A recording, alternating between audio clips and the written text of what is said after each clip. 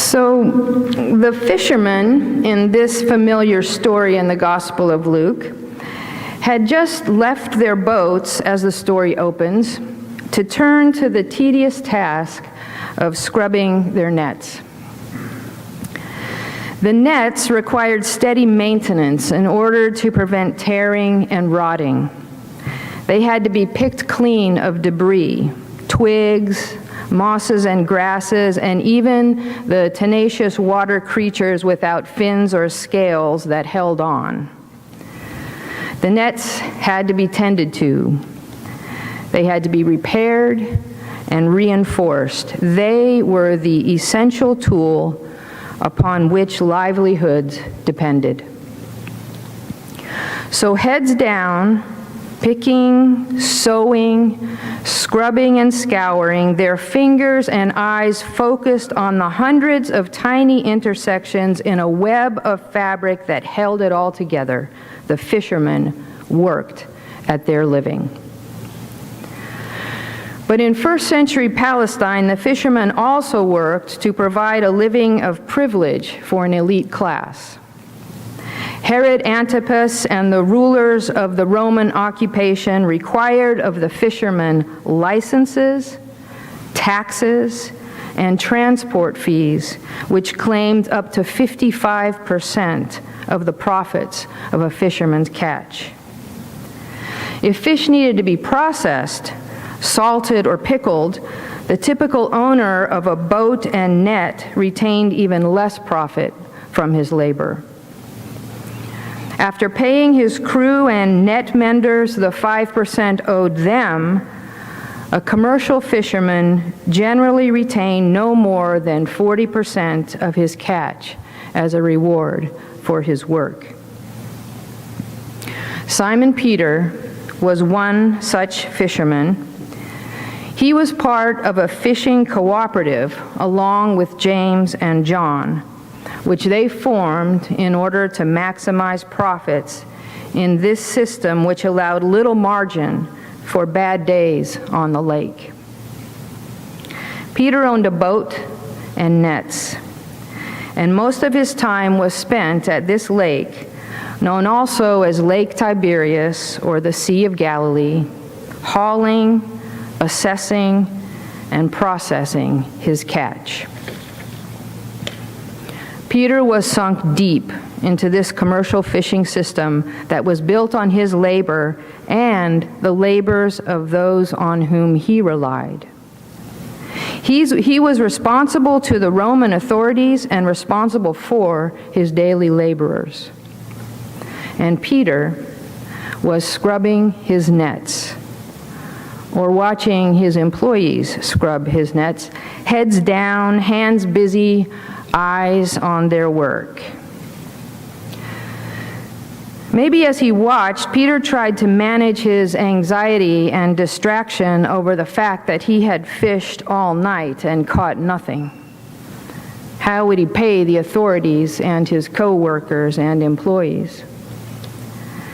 Maybe Peter started imagining what it would be like to land a huge catch. Maybe tomorrow, a catch that would stretch his nets almost to breaking. Then he would be able to breathe easier. Then he would get some relief, some margin to pay everyone and start fresh with surplus. That would substantially change things for Peter. And that's when Jesus walks up to Peter's boat and climbs literally right into the middle of Peter's business. Jesus starts teaching. First, Jesus' teaching is directed to the crowd, but then specifically to Peter. Jesus tells Peter to fish just like you do every day. Just do what you do for a living, except go out even deeper, into the deeper water. So he does. And when the catch that Peter had only moments ago tried to imagine materializes within his net, instead of celebrating his good fortune, Peter falls to his knees in front of Jesus, confronted and convicted by his own sin. This, to me, is a very curious reaction. I'm actually puzzled by Peter's response to his outrageous catch.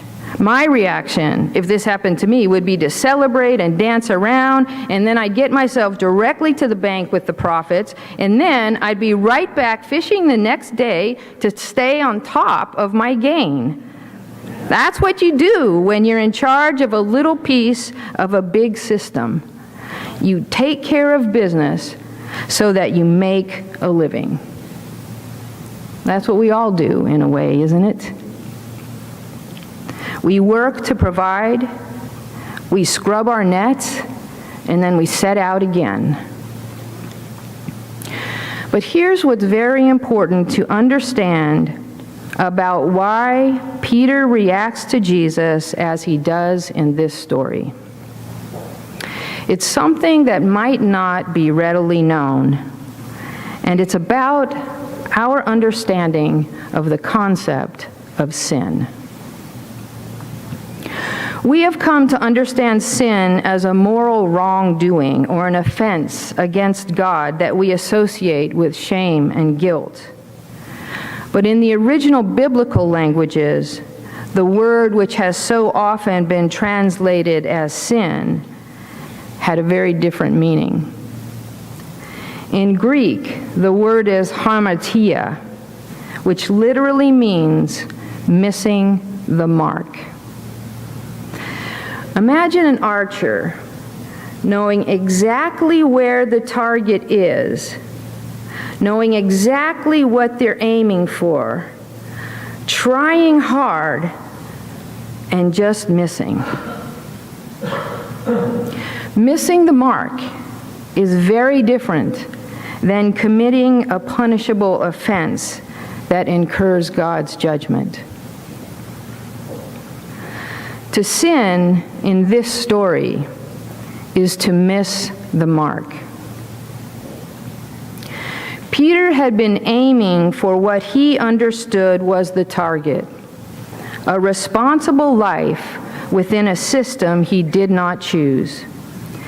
And day after day, he had been letting his arrows fly, and day after day he had been missing the mark, because Peter had no idea until this moment that what he was aiming for wasn't even close to the heart of the matter. Jesus stood before him like a mirror, and Peter could see for the first time the reflection of his own earnest efforts. Peter could see that his aim had been true all along. He'd been trying so hard, but his target was wrong. It wasn't about the fish. Catching more fish would never change anything. It would just be more fish. Catching more fish means you keep doing exactly what you're doing. Peter had been toiling with his head down and his hands in his nets, and when he looked up, he saw in Jesus something he had never seen before. A man whose sights were keenly and squarely set on loving people and liberating people. It's about the people, Jesus said. And Peter got it. So he left his boats and he left his nets, as the song says, on the shoreline behind him to seek other seas. Friends, don't we all need such a moment in front of the Jesus mirror to adjust our sights, to recalibrate, and to make sure that our aim is true and our focus is on the right target? Don't we need to be sure we're not missing the mark? Don't we need to look up from our nets? Particularly on this Independence Day weekend, I think about the aim not only of us as individuals, but of us as a nation. And I ask whether our sights are fixed on the right target. The words of the Declaration of Independence rise for us like a mirror and convict us. We hold these truths to be self-evident, that all men, and in our current context, all people, are created equal. Our stated target as a nation is to live in accordance with the self-evident understanding that all people are created equal. And it's heartbreaking and appalling to see daily by just how far we are missing the mark. Children separated from parents, the vulnerable, ridiculed, and marginalized, rampant discrimination on the basis of religion and race, and the list goes on, and we, who must make our livings, who by our labors provide for self and others, dare we look up from our nets. The Declaration of Independence, from the moment it was crafted, was aspirational rather than descriptive. There has never been a time that racism and privilege have not been woven into the history of this nation, and still, this document calls us to a moment of higher resolve. It remains a summons for those who have ears to hear, to raise their voices and join their efforts on behalf of those who, though created equal, are not treated equally. On this 4th of July weekend, I am deeply grateful for the noble documents that bind us together as a nation, for the vision of founders and fighters and activists who are a mirror, who reflect back to us through the generations how we're doing and what we're going for, holding us to our highest ideals.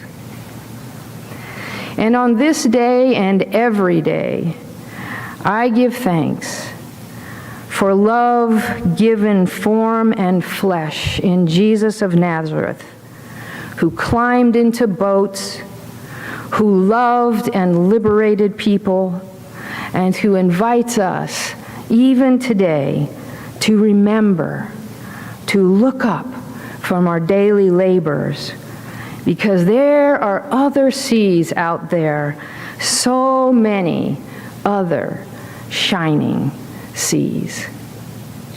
Amen.